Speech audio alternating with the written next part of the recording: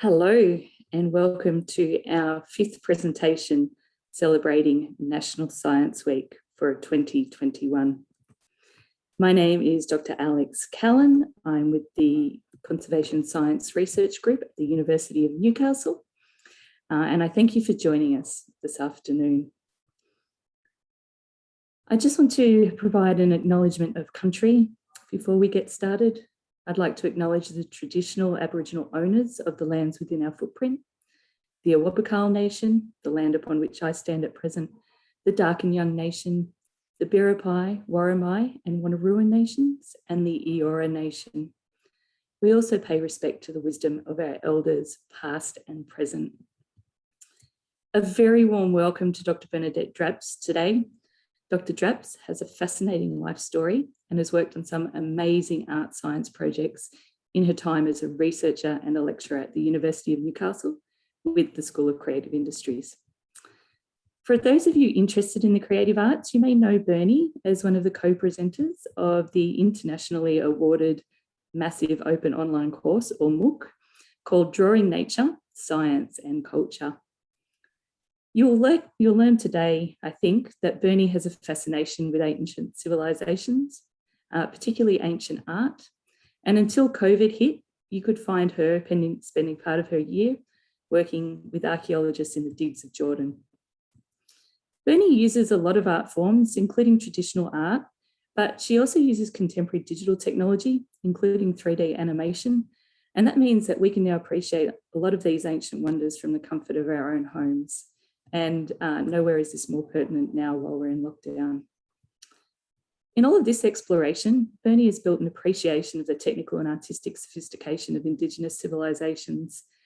And in turn, she's used this to encourage a deeper appreciation for nature and for heritage among her students and among the broader community. I really hope you enjoy the journey through time and to exotic places that Bernie will take us on today to celebrate the union of art and science. Before we get started, we just want to do a small bit of housekeeping. So we're going to save questions for the end of the presentation. So I'd welcome you to type your questions in the Q&A section towards the bottom of your screen. You can also put some comments in the chat if you like, which is also at the bottom of the screen. And I know for many of you, the live transcript is a little bit distracting because the transcript certainly doesn't get all our words right. We do actually need to keep it on though, so you can turn it off at home if you like, but it will still run for the rest of us. If you wish to switch it off, you can do so by clicking closed captions in the menu at the bottom of your screen. I'm going to hand over to Dr. Bernadette Drabsch now, and I hope you enjoy the presentation today. Thanks, Bernie. Thank you very much, Alex. And it's a pleasure to be here. And yeah, I'm really excited about sharing this discussion around art and science with all of you. It's something I'm quite passionate about. And yeah, how do I squeeze the whole history of art and science into 1 hour? I don't know. I'll give it my best shot though. So yeah, how did I sort of come into this field of art and science? So basically, I consider myself an accidental academic.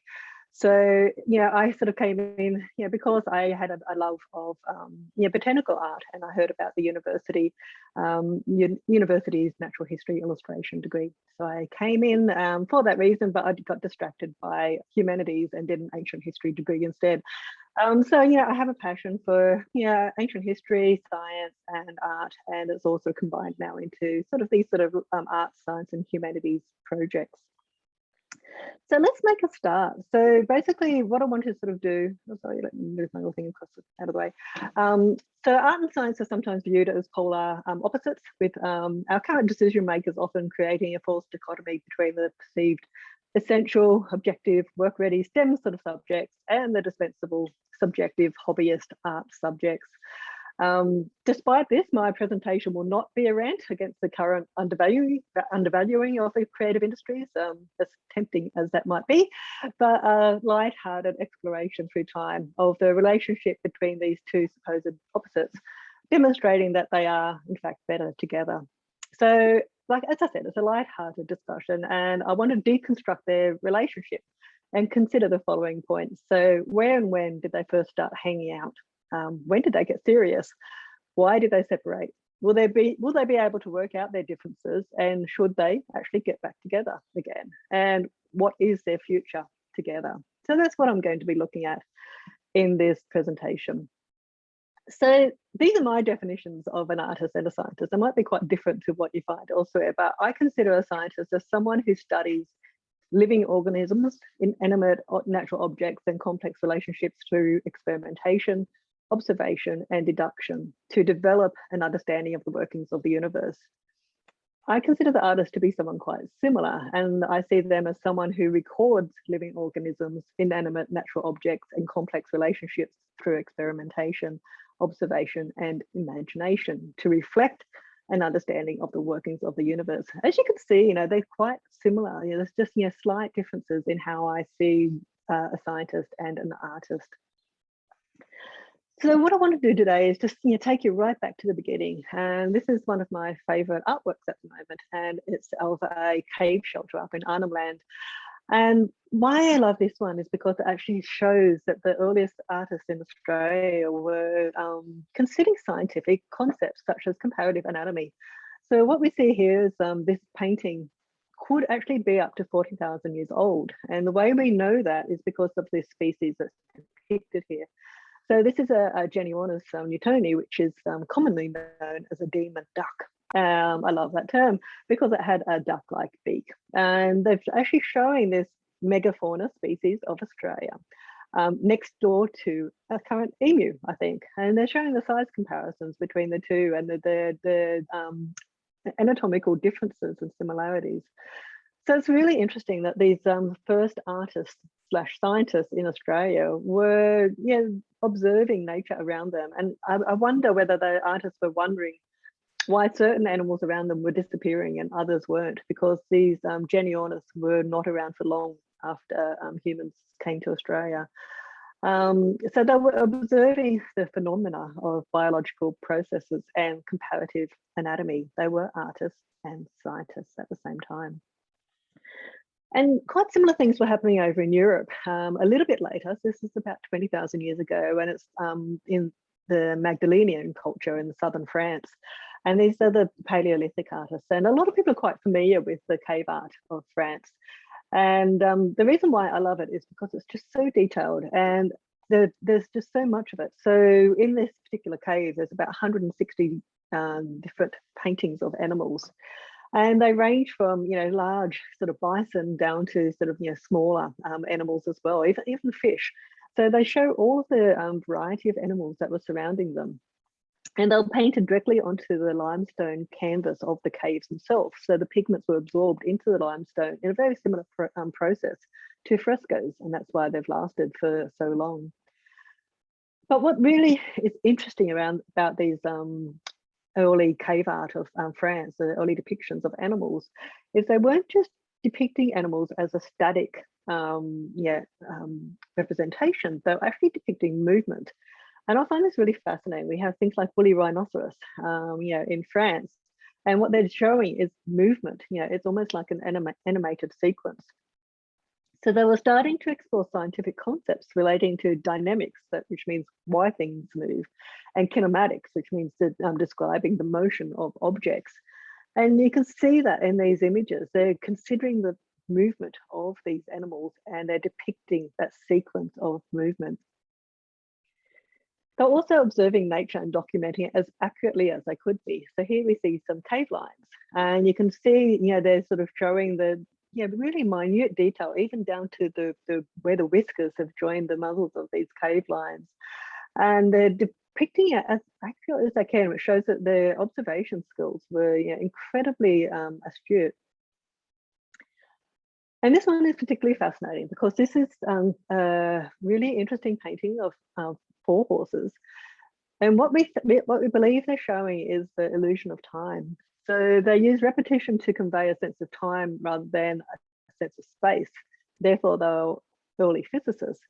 So how do we know that? Basically, you would never see 4 horses standing next to each other physically in space with so many different attitudes on their facial expressions. So you can see down here the younger horse is vocalizing. It has its mouth open, and here right next to it is possibly even the same horse throughout time, sleeping. And then you can see this one's got his ears back, and anyone who knows horses knows that, you know, what that means. Okay, so he's not happy. And then you see the older horse at the end. So they're actually looking at a series of time rather than those ones all standing next to each other, which I find fascinating that, you know, artists 20,000 years ago were considering these concepts. They also recorded animals that are now extinct. So this is a Rofignac cave, which is down in the south of France. And what they've done here, these are flint nodules and the limestone next to it. They've actually used the scratch marks of the cave bears that lived in this cave. You can see the scratch marks on the surface. And they've used them to determine what they painted there. So they painted the woolly mammoth by using the scratch marks that the cave bears had left. Both species are now extinct, but they've recorded them for us to enjoy. This one was actually found really unusual because it's the earliest depiction of sculptural art. And this one dates back to 13,000 BC. And it was made in one of the deepest recesses of the caves of the three brothers. And what we can see here is they've actually made it out of the clay that was on the surface of the wall of the cave. And it's wet clay, it's never been fired. And you can actually see the fingerprints of the artist as in molding these bison. So we see that a male and a female bison, possibly about to mate, but they were actually considering the form and the proportion and the structure of these animals through making a representation of them, which is something we still do as artists today. So things started to change. So that was all at the end of the last ice age. So that was Paleolithic art. And when we get to the Mesolithic art, which means the Middle Stone Age, we can actually see a distinct difference in the artworks themselves. So this is when humans became the dominant species. So we can know that because this is a site called Göbekli Tepe, which is in central Turkey, and it dates to about 9,000 BC. And there's a massive stone structures, some people call them temples, and all of the pillars of these structures were heavily decorated.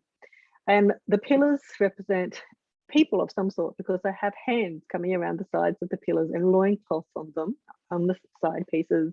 But then on the front, we have all of these incredibly detailed representations of animals and structures, including a vulture, which is most likely juggling a human head, because we know that that's they believed in sacred cleansing of skeletons by the birds, and the heads were kept and buried. So what we start to see in this time period is that the animals started to take on a different meaning to people. They no longer were just something like food, but they started to take on a more symbolic meaning, and they started to represent the clans themselves. So we think it's possible that these animals that are engraved onto these massive stone pillars were actually totemic animals that represented the different social structure of those clans represented by that pillar. Because we start to see similarities across the different artworks of the animals and where they're placed within the hierarchy of the stone pillars. In the Neolithic, we start to see art change again, and this time it becomes more closely associated with religion. So I think that actually makes sense because, as I've mentioned in the comment, you know, what is religion but humans seeking to understand their world system and perceived phenomena? So therefore, it was an early ancestor of science, and you know, I don't see this as, you know, a sharp division between art and science and art and religion. I actually see them really closely entwined. This is one of the plaster skulls of Jericho, and you can actually see where the beard and the hair's been painted, and there is actually a human skull underneath that plaster. And in the Yamukian, which is also part of the Neolithic time period, we start to sort of see that they're creating art in their own image, but they're also creating their deities in their own image. So here's a pair of these, you know, beautiful, rotund females from the Yamukian culture, which was just on the border of Israel and Syria.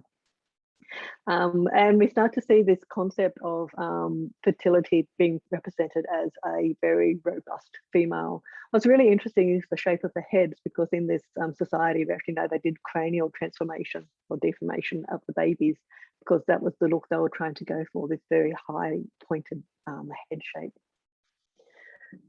And this is shared across into the Neolithic in Turkey. So Çatalhöyük is like the type site for art in Turkey. Turkey's Neolithic, and we see similar sort of females being presented in authority figures, and they were presented as either goddesses or actually females who were leading society. Here you can see the leopard chair, that throne that this lady is actually sitting on. And what's really interesting in this period is they were starting to understand their environment and to try to tame their environment. So we see lots of these big pictures of all of these little humans and then these massive animals that they were trying to tame. Here you'll see the only female that's depicted is also quite large in scale, which is important, and also quite dominant in the scene, surrounded by animals. So she was possibly associated with the taming of animals and domestication. What's really interesting is this period is on, this area is on the Great Rift Valley. So it's an area of frequent earthquakes and earth shaking. And the animals that they're depicting as they're trying to tame are the earth shakers, the bulls. And they took on that name, and that carried through to the Minoan culture and the Greek culture of these earth shaker bulls. And that's, that tradition of trying to tame the bulls has continued on from this Neolithic period right up until the Spanish culture of today. So the artists of Çatalhöyük also contemplated metaphysical issues surrounding life and death in quite a direct manner. So we can sort of see the little figurines here with a very full and fertile front of the figurine, and then you look at the back of it and you can actually see the skeleton as it actually like life and death in one image. Here you can see, as I was saying before, that they had these vultures that would come and cleanse the bodies of their deceased, but the skulls were removed and the skulls were actually buried underneath the ground. So the art was not just pretty pictures, like it was exploring these concepts around life and death, and quite heavy concepts in today's world. But it was just, this was their lounge room. This is where they lived. One of the other interesting frescoes of Çatalhöyük is this one that you can see on the top of my screen here. It's a heavily disputed fresco. So when it was first found by James Mellart, he said, okay, so this part of the fresco actually looks like the plan of the town, because Çatalhöyük had no streets. All of the buildings were really closely bunched up next to each other, and people used to walk across the rooftops to get into access from the roof into their buildings. So the plan of the city actually looked like that. And he said, that's what this actually looks like, that this is the main entrance down into the buildings, and this looks like the town of Çatalhöyük itself. And therefore he then wondered what this thing was next to the town. And then he looked out into the environment, and he noticed that the twin cone volcano of Hassan Dagh was actually not that far away. And he proposed that this was actually a volcanic eruption, that this was ash and lava flowing out of this volcano, this twin coned volcano next to the city. So it's actually possible that these artists of the Neolithic period were recording significant natural phenomena such as volcanic eruptions. And it's possibly the first ever map. So that then leads into my artwork, which was my PhD artwork, where I looked at the frescoes of the Chalcolithic period in Jordan. And what's really interesting in this one is that the frescoes actually represent society. So, the artists really were anthropologists and human geographers, because they were looking at the structure of society and they're recording that structure. So this is one that I put together, and what you can actually see is there's a group of people marching towards a most likely architectural complex, which was possibly the temple. We know that because of the archaeological findings.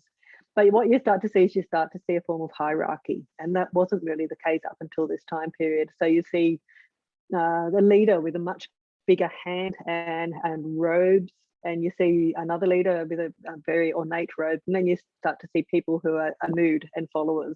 So you start to see stratification in society at this point, and the artists were a big part of that. So I really do believe that the artists were the astronomers and they were the priests. They were, that was like a guild of artists and priests. This is one of the most amazing frescoes from this period. So this is 6,000 years old, this fresco, and this star actually measures 2 meters in diameter, and it's incredibly intricate. Again, you start to see a temple complex, and you start to see this ritual procession going towards it. So I've sort of concluded in my PhD that these complex murals honoured and encapsulated important ceremonial events in permanent form, creating a unique habitus that was both the outcome and the stimulus of the artworks.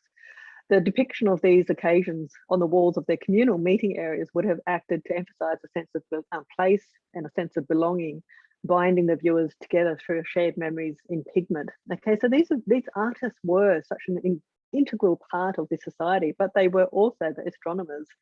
And I would argue that they were also the metallurgists, because in the same culture, this is where we first start to see metalwork. And as you can see, these are not simple objects. You see some which were like electrum, which is a combination of the gold, of the silver, it's like an alloy, no ingots. But what we start to see over here is these amazing copper ritual objects. And that's what the word chalcolithic means. Chalco is like copper and lithic stone, so it's the copper and stone age.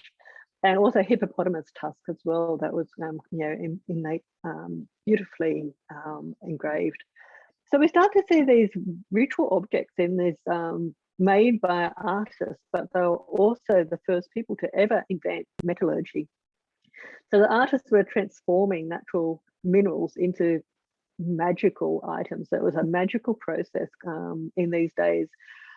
And metallurgy is a domain of material science and engineering that studies the physical and chemical behavior of metallic elements and their intermetallic compounds and their mixtures, which are called alloys. And that's what these people were experimenting with. They were trying all of these different mixtures of ores to come up with a variety of different colors and different metals.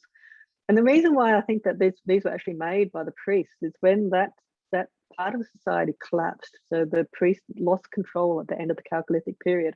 All of this knowledge disappears. So all of the knowledge of metalworking just disappeared off the scene for a long time before it was rediscovered again.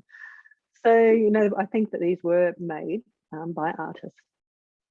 So art then sort of took this early different track.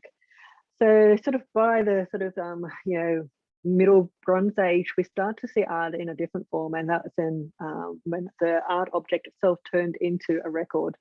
So that's how cuneiform came about. Like we actually had these what are called tokens, and they were impressed into the surface of what was called an envelope, and then that impression then became a symbol, and we start to see these symbols turn from the tokens into a more stylized form, and that's how cuneiform came about.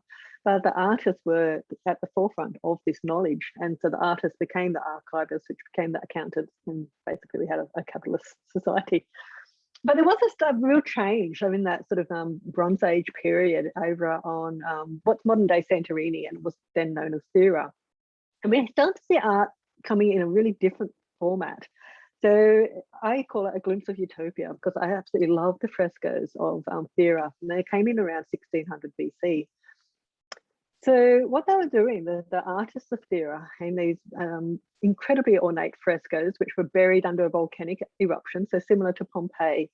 So when the massive volcano, which was, I think it was like 5 times bigger than the Krakatoa, blew up this island, all of the ash came down onto the island itself, and these artworks were encapsulated in time.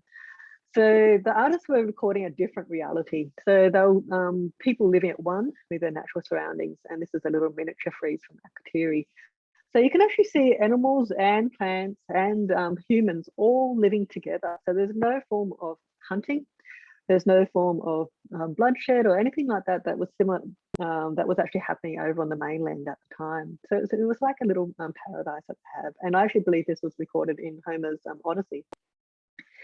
So what's really interesting in their relationship with nature and science is that they actually depicted these, really quite complex thoughts. And this one is about boys will be boys, but it's also about, that that it's a part of nature to grow up and to want to test yourself.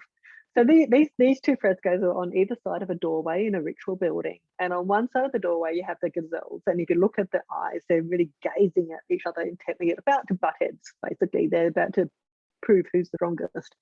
And on the other side of the door, you have these 2 boys, and we know they're boys from their outfit, but also from their hairstyles, because in Akrotiri, their hairstyles tell you the age of the person. And they're about to do the same. You know, they've got exactly the same gaze and they're about to butt heads. So they're saying this is a maturity thing. Okay, don't stress too much about it. But what we also see is that the artists of Akrotiri explored the science of psychology. And I think this is one of the earliest representations of the concept of empathy. And I absolutely love this. So this was a coming of age scene similar to the one of the boys. This was in another part of that ritual building. And this is actually the girls' coming of age scene. So we can see the girls of different ages. So we can see this is a younger girl. You can see she's got very similar hairstyle to the boys in the past scene, because their hair was shaved off when they were children, which gave you that blue look, and then it started to grow back. So you can see that she's just coming into adolescence by the her hairstyle. And you can see a girl in the middle and an older girl over in the back. You can see, you know, beautifully dressed, and she's coming to present a gift of rock crystal necklace to this girl in the middle. So something's happened to this girl in the middle. She's quite disheveled. She's quite upset. She's, you know, cradling her head in her hand. You know, she's not herself. And it looks, she has that expression of pain on her face. And what we actually think is that these are crocus around her. And the stamen from the crocus was obviously saffron, and that was used in this time to help with menstrual pain. And we actually think that this is the earliest depiction we have of menstruation. The younger girl doesn't want to know anything. She's turning her head. The older girl saying, yeah, you'll be okay. And the one who's sort of in the middle is experiencing this. And this is actually depicting the physical pain and the mental discomfort related to females coming of age. And I think that's just fascinating that these artists could explore empathy in that way. And they also recorded it in the older females as well. So here we can see the young mothers, and I think anyone who's had a child will relate to this, because we see them, they're not quite as ornate as the ones in the prior scene, the ones who hadn't had children. You can see they've tried a little bit hard with their makeup to try and still look young, but they've got their bloodshot eyes, you know, still got a little bit of chubbiness under the chin and lactating breasts. So here's the young mothers of Thera. Yeah, I just love those bloodshot eyes. I can just relate to that so much. And then over here, you actually have the matrons. So these are the elderly of Thera. And this is one of the few civilizations that actually depicted people of all ages, from the youngest child right up into the oldest members of society. They celebrated all ages. And I love that about this culture. So here you can see the matrons with very minimal makeup, you know, just a little bit, you know, to enhance, and then a very demure hairstyle and really ornate, you know, beautifully textured clothing. So, you know, the artists were celebrating age. And then, you know, we obviously, I don't have time to go through every time period, but the relationship between art and science really matured throughout the Greek and the Egyptian and the Roman and the early Islamic periods.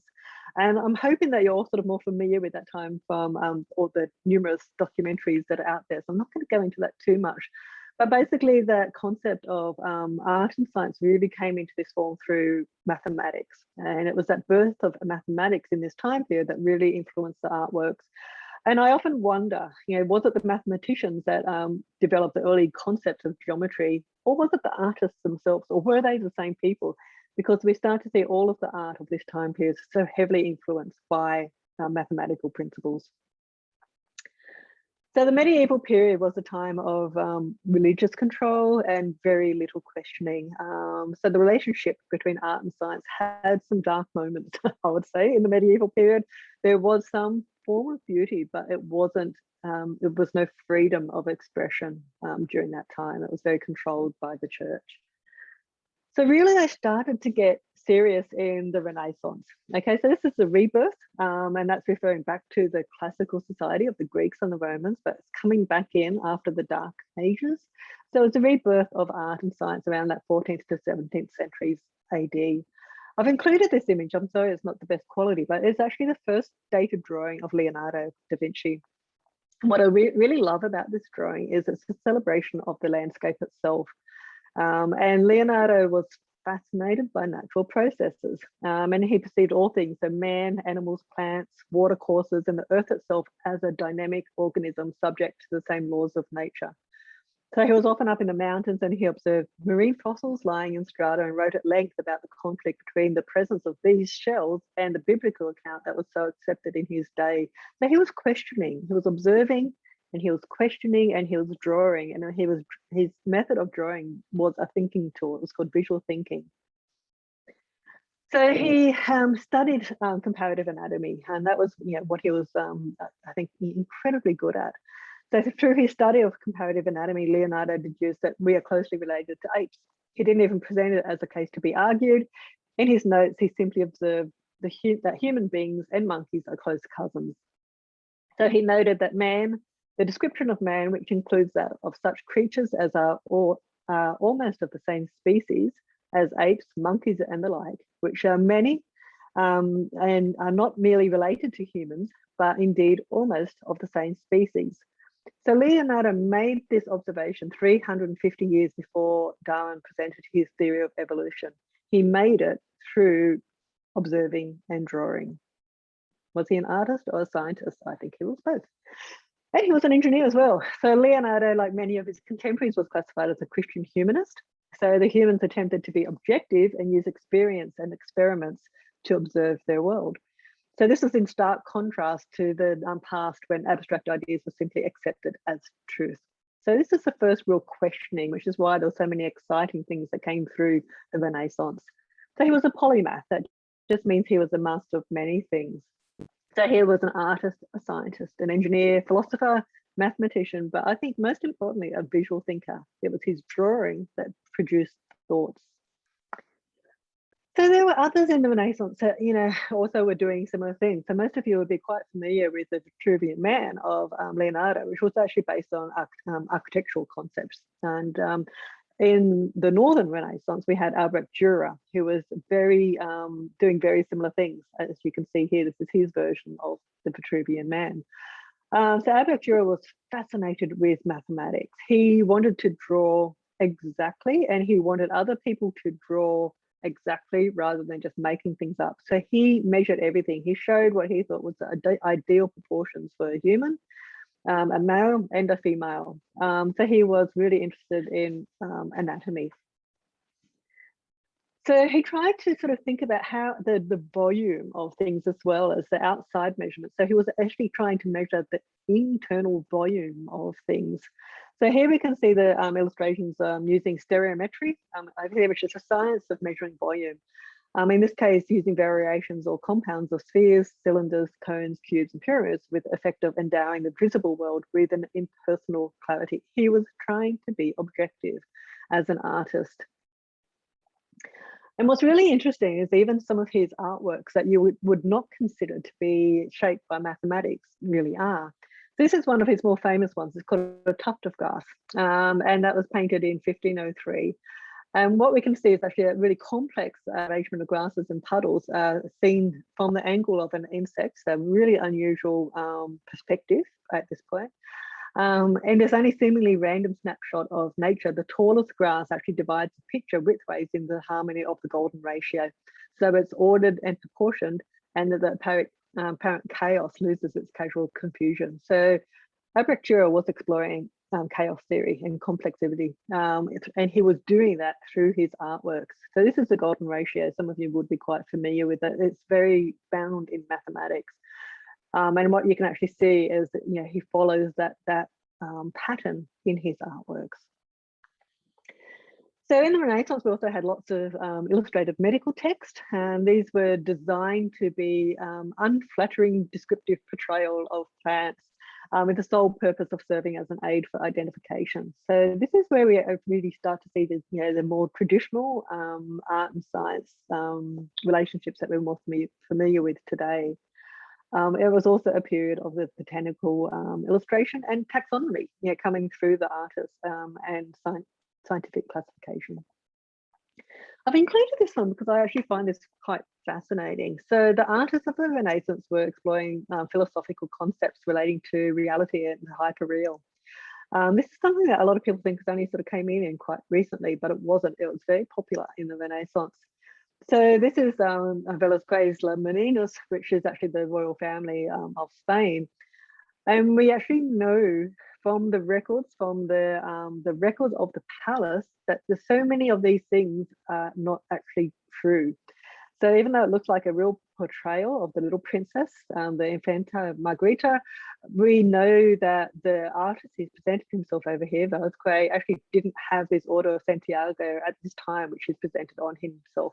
We know the king and queen could not have been reflected in the mirror in the background because there was no mirror in the inventory. We know that there was no mirror in that room. So there's so many different things, and it's like a capture of a moment of time. And it was actually influenced by a poetry that was around at the same time period. And the poem that it was influenced by is called Life is a Dream. And it says, what is a life? A frenzy. What is life? A shadow, an illusion, and a sham. The greatest good is small.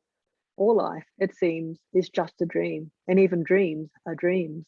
Okay, if this reminds you of the Matrix, it should. Okay, this is like the concept of the hyperreal and the reality. They were exploring this in 1656. Okay, this is something that artists have done. They've considered reality and what can't be seen. Okay, so there's some really exciting female artists coming onto the scene here, and what's really interesting is that art being told from a multivocal approach, or multi-artist approach, I guess is the word. Is really important because we don't want to have all of our art recording our society through middle-aged white men. More variety, the better. So Maria Sibylla Merian is one of my favorite artists of the time period. She was an artist and she was a scientist. So she was a botanical and natural history illustrator who traveled from Holland to South America. And she was the first person to observe and document and visually record all of the stages of metamorphosis. And she published these with the insects on the plants that they ate. So it gave context to those. And she was the first person to actually put that connection together and publish it. So we had some amazing artists that came over around the 1800s to Australia, and these were the early explorer artists, the ones that came with Cook and in Flinders, and that sort of early time of exploration. My absolute favourite of these artists is Ferdinand Bauer. As you can see, his illustrations are just stunning. But what's really interesting was he was a coder. And most people don't realize that he actually developed his own code to do these artworks because he couldn't actually record them in so much detail in the field because he was traveling and trying to record so many different species. What he actually came up with was his own methodology based on code. So what he did, he would draw these amazingly detailed pictures, and I don't know if you can see the numbers around them. All of those numbers actually relate back to this. So this is his Bible, I guess you could say. You can see all the numbers there. It goes up to a couple of thousand numbers. And then when he's drawing in the field, he would just write down the number for every single color that's depicted on the thing that he wanted to draw. So he developed a color code of approximately 1,000, if not more, different hues of color. So Herman Beckler is one that most people have never heard of, and I think we should celebrate his artwork. So he actually travelled on the ill-fated Burke and Wills expedition, and when the Burke and Wills expedition actually had some drama around Pooncarie and Menindee, when all of the rum that was put aside for the camels was thrown out by Burke because he didn't want the shepherds getting into the rum. And why is that important to art? It's really important to art because the guy who was in charge of the camels spat the dummy and said, no, I'm not going any further if I don't have rum for my camels because I need rum to keep them calm. So he said, I'm not going without the rum. Anyway, Burke, who wasn't a particularly nice person, was like, oh, stuff you, stay here, I'll get someone else. And so basically what happened was Herman Beckler and Ludwig Becker got stuck then in Menindee, and they had to wait for the approval for another second in charge person to go off with Burke. And that's when Wills came into the story. So when they were stuck in Menindee, they started to draw all of the things that was around them. And Herman Beckler was the naturalist and artist, but Ludwig Becker was also a botanist. So they collected species, they sent them back to Ferdinand Bauer in in Melbourne. And they drew all of these amazing artworks of central Western New South Wales, which are just an amazing record. Elizabeth Gould is another artist. Most of you would know her from being married to John Gould, who also obviously we all know his Birds of Australia book. But Elizabeth was an amazing artist in that she actually went into the field. She left her children at home in the UK, most of them in the care of her mum and her cousin, and she went off to the field with John, and she wanted to actually draw these birds in their context. So she actually went out and did lots of drawing in the field, including in the Hunter Valley, where she went across to Asher Island and spent time with the Scott sisters. They were only very young at the time, but with their father, Alexander Scott. So she did amazing amount of drawing in her very short life. She died quite young from complications of childbirth, but she did this amazing selection of bird paintings of Australia and from other countries. And these were the Scott sisters that I just recommended, just mentioned. Most of you would be familiar with their work, I hope, because they're one of the amazing Newcastle success stories. And as Alex, I'm sure, is aware, their artworks have been used to revegetate Ash Island and the Kooragang wetlands area, because they was just so beautifully detailed, showing the species that lived on that island, Mosquito Island, when they were there. Gorgeous artworks done by a pair of sisters who really were entomologists, and I would say early conservationists. Ella Throwan is another one that you should all know about, because she was the most intrepid and fearless female artist of Australia. She trekked all through Australia, but also New Guinea. So she went up, this is like Victorian era, she went up into the highlands of New Guinea, and she was one of the first people to paint the beautiful birds of paradise in New Guinea. And she did it in the field. Like, she actually went out and painted directly onto her paper in the field. She didn't take anything back from the field back to her studio. She did it while she was there. So incredibly talented artist. So why did art and science separate? What was the thing that caused them to split?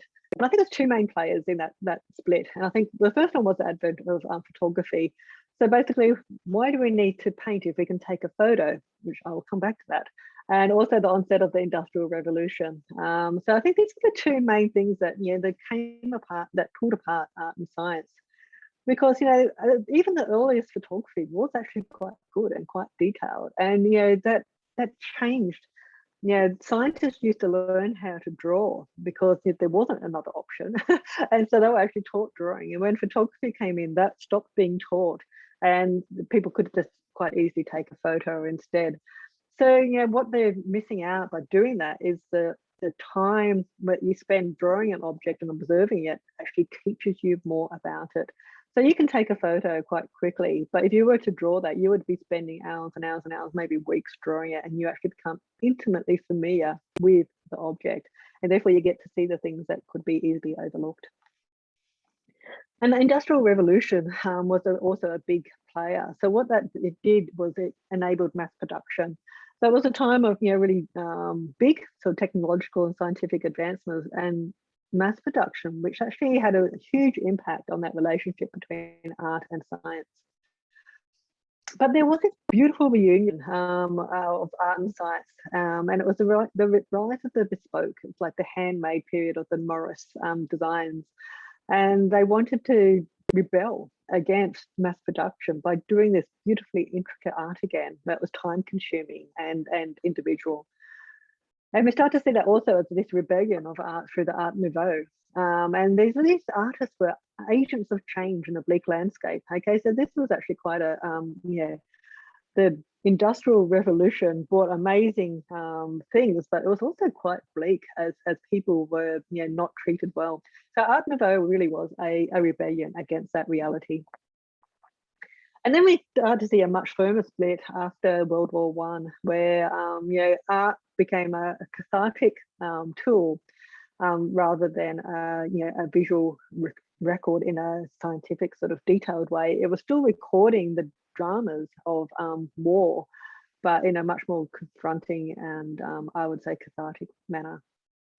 And then after World War II, we start to see mass production and pop art. And this was really the rise of consumerism and capitalism and celebrity culture.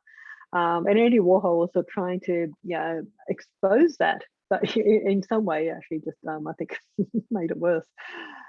So what's the future? So will art and science be able to work out their differences, and should they actually get back together again? Yeah, that's a big question. And I think it's something that we really need to seriously consider in this time when we are being pulled further apart by this division in STEM and art-based subjects.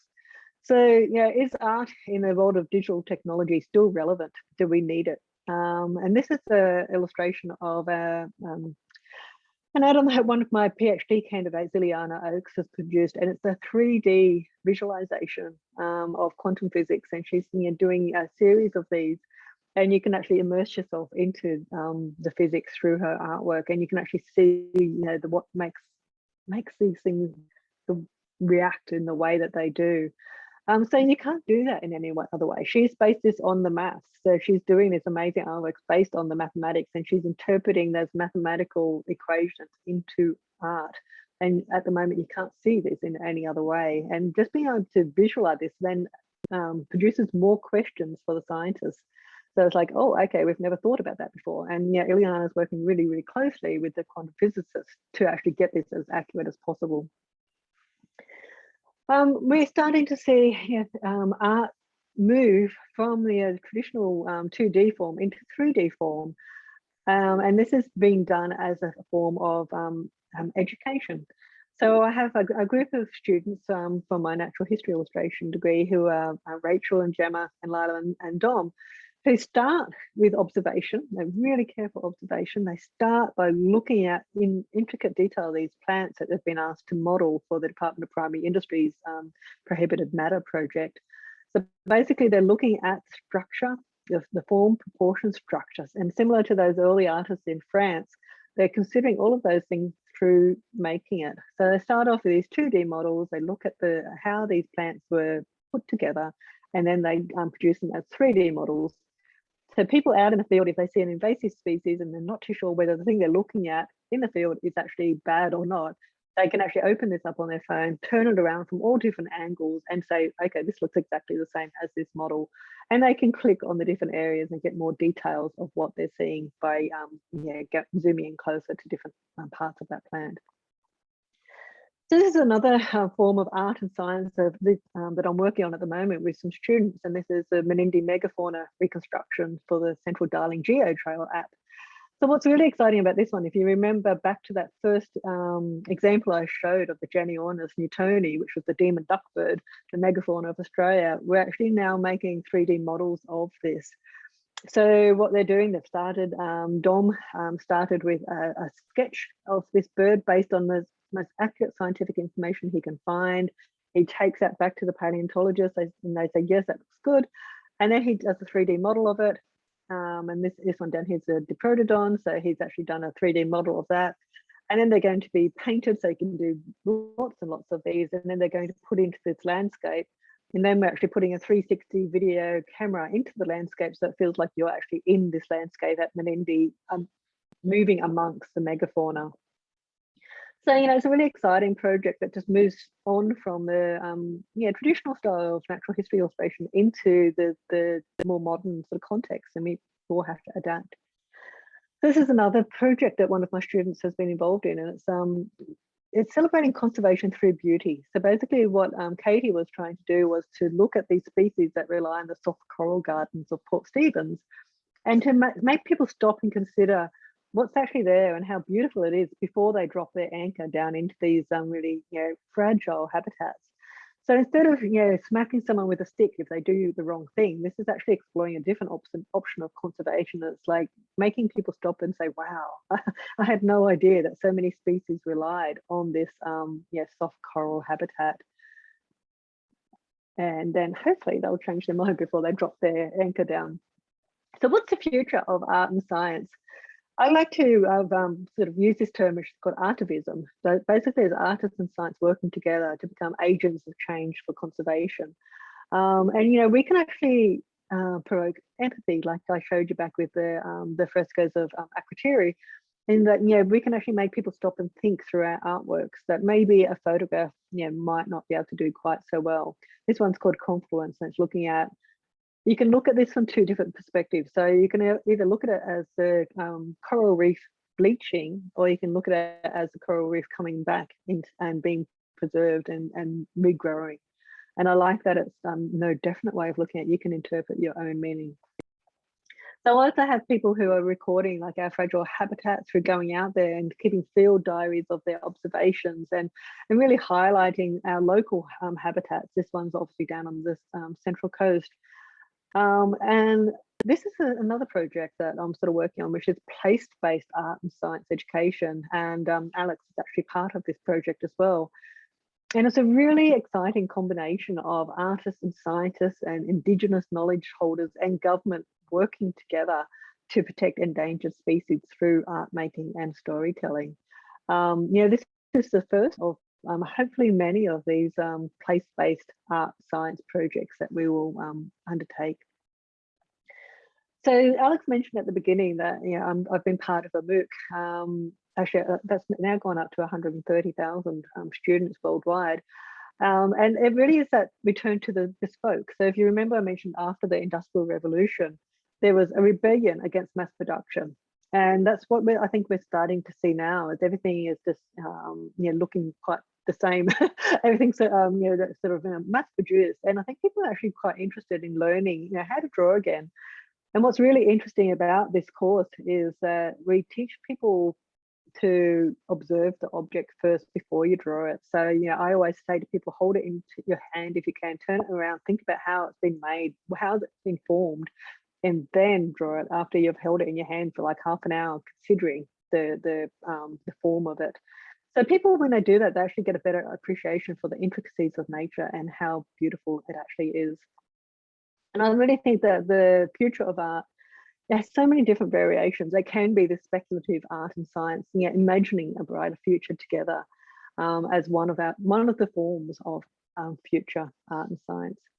So just to wrap up, the take-home points that I wanted to sort of share is art and science have had a long, tumultuous, but largely successful relationship. The creative dichotomy between STEM and art is based on false assumptions. Artists can be scientists. Scientists can be artists. Artists and science can and should work together, and art and science are better together. Anyway, I hope you've enjoyed that very rushed sort of overview of art and science, and I look forward to your questions. Thank you. Thank you very, very much, Bernie. It was fascinating. And as a scientist, I don't know a lot about the history of art and science through time. And I really enjoyed seeing these transition periods that you've described so very clearly, because it's fascinating to see that where we are now in terms of art and science is so far away from where we were, where it seems back in ancient civilizations, they were almost one and the same, I think is what you showed to me in that presentation. So. And yet we really see them very separately, I think, now in a lot of our contemporary work in science. We need an artist to help us with this, and we need an artist to help us with that, rather than always, working together observationally. If anyone has some questions, please post them in the chat, but I certainly have a couple that I'd like to ask Bernie. Do you think we have an artist has enough time these days to undertake the observation that is truly required to contribute that breadth of knowledge that goes to science? When you compare it with the art pieces that you've just shown us in ancient civilizations, does that happen these days? Can artists spend as long as they need? It depends on the purpose of the artwork. So I think if they're producing an artwork for sale, no, because no one wants to pay that amount of money for something that you've had to take months to consider or to work out. But I think for artists and scientists, as far as knowledge makers, yes, and it definitely should be happening more. So, the example I showed of Ileana's artwork, where she's illustrating quantum physics, she's taken 2 years to just get her head around quantum physics. She's came into it with no experience at all. But it was only up to the point where, working really closely with a scientist, she could then feel that she could actually depict it. So yes, it does take time, but there's so much that can be learned if we do that. Now, I think if we don't do that, we're just missing out on so much. Yeah, I think I find it very concerning, and I wonder, you talk about artists in ancient civilization. Do you think they were called artists? You reference them as leaders of society, potentially priests. Were they these labels, leaders of society, because in fact they had this particular talent of observation and are capturing the way of the world. And artist is artist a new term that reflects? Yeah, I mean, that's a great question. So the term artist really came in the Greek culture. Now it's the first time we actually start to see a person ascribed to an artwork.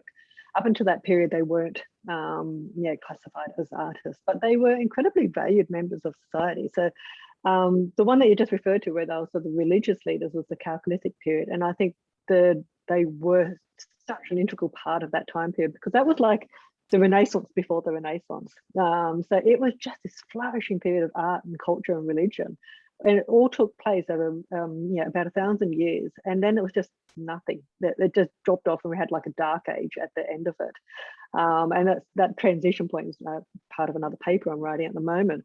But I really think that they weren't called artists, but they were definitely valued members of society. And they were not just recording society, but they were shaping society. And I think that's that really important thing that we need to bring back into our conversations, that we don't just record, we also impact society. And that's why I use the term agents of change.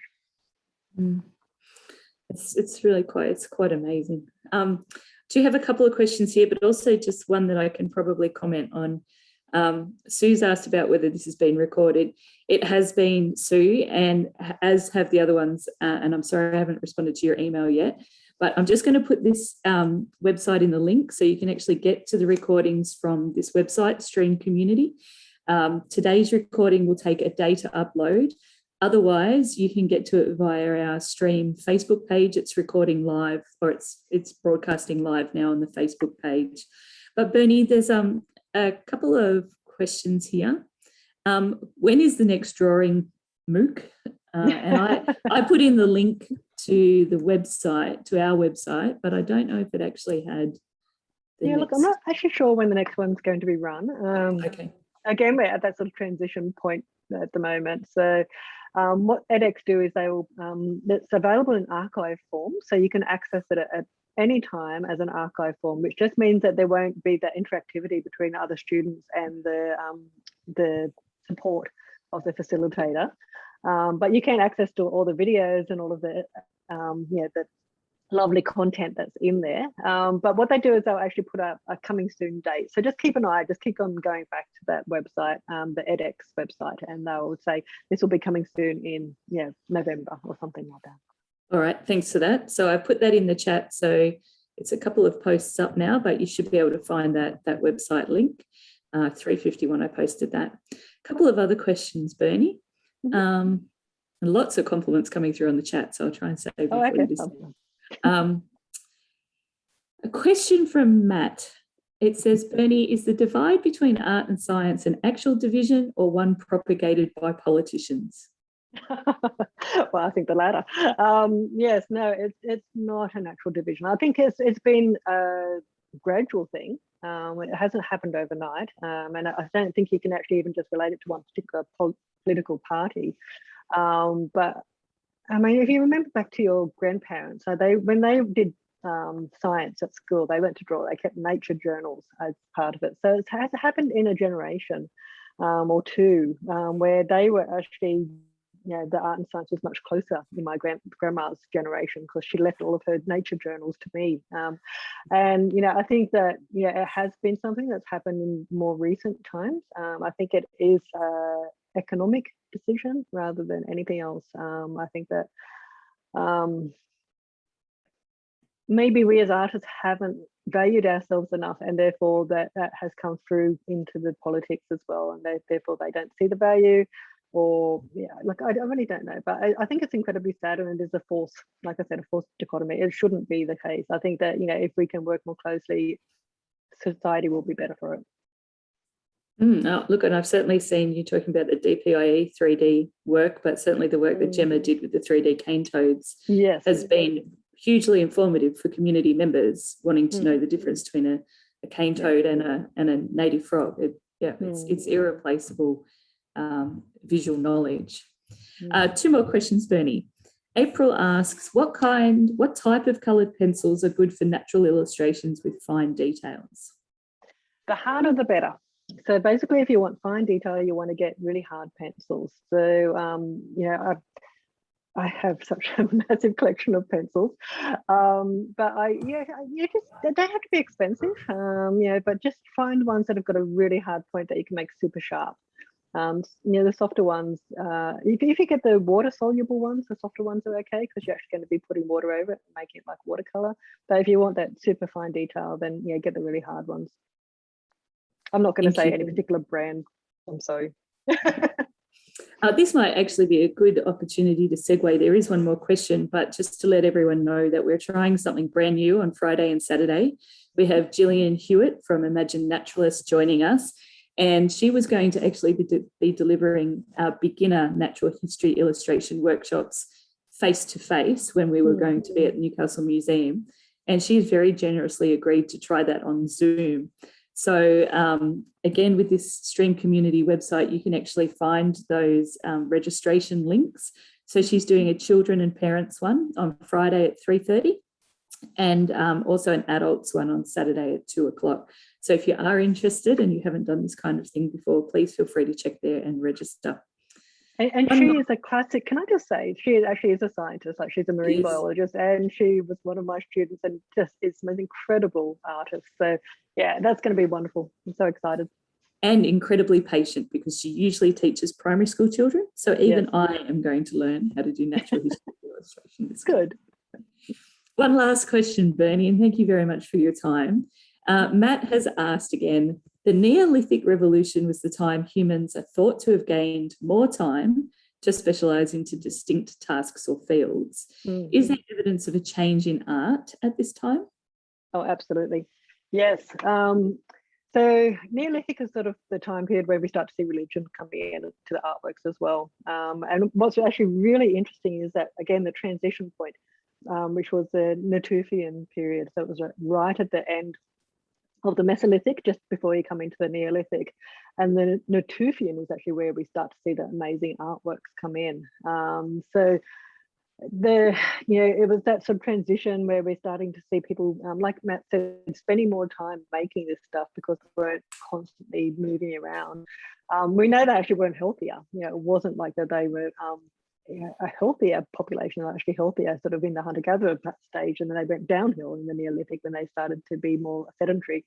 But they did produce amazing artworks. And that's when we start to see a lot more symbolism come in as well. So they were starting to think differently. So we're starting to sort of consider more sort of abstract thoughts, and they were depicting those through symbolism, which is really fascinating. I've got one more question. Can we squeeze one more in, please, Bernie? Thank you. And Matt Hayward, you're not allowed to ask any more questions. In regards to the start of your presentation, how is the ancient/stone bases art dated? Is it like carbon dating, like we do with fossils and bone records? You mentioned clay mediums before. Yeah. So basically, they are natural sort of pigments that are on there. So they're ochres that are sort of put onto the stone.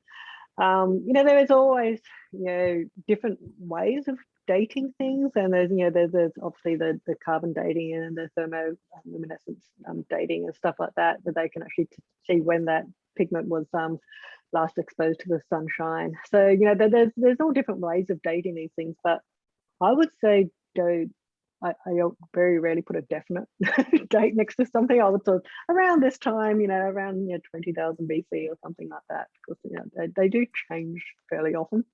So even the artworks I was showing you from France, when I first started to research those, they were considered to be 30,000 years old. Now they've come back to like 20,000. So they do change quite significantly in the dating. Well, Bernie, thank you very much again for coming on and talking to us about the union, happy or otherwise, through the times of art. My pleasure. It was great to have you. And yes, this talk is recorded. You can find it on our Stream-UON Facebook page, and it will come up on our Stream community website within the next day or so. Thanks again, Bernie. I hope everyone's enjoyed that. We do have a presentation tomorrow, which is a rerun of The Aging Brain, so looking after your brain as you become wiser. That runs at 3 o'clock tomorrow, so the registration link is also on the website for that. Anyway, I hope you all have a lovely afternoon. Stay warm and I look forward to catching up with you again soon. Thank Bye. you very much, Alex.